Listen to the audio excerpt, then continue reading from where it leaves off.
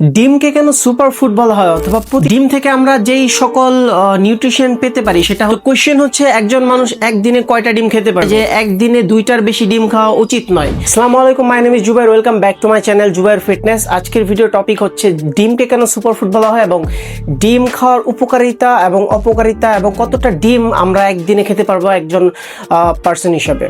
ডিম থেকে আমরা যেই সকল নিউট্রিশন পেতে পারি সেটা হচ্ছে ভিটামিন ডি, ভিটামিন বি12 এবং ওমেগা 3। এই তিনটা নিউট্রিশন আমাদের জন্য অত্যন্ত বেশি জরুরি।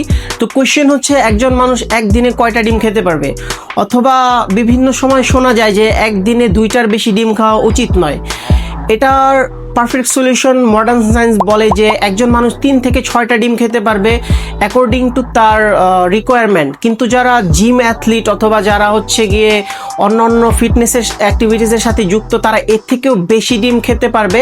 তবে পারফেক্ট সলিউশন হচ্ছে ফুল এগ এবং এগ হোয়াইট দুইটাকে ব্যালেন্স করে তার রিকোয়ারমেন্ট পূরণ করা, তাহলেই তার কোনো কোলেস্টেরল লেভেল অথবা হার্টের প্রবলেম হওয়ার কোনো ঝুঁকি নেই।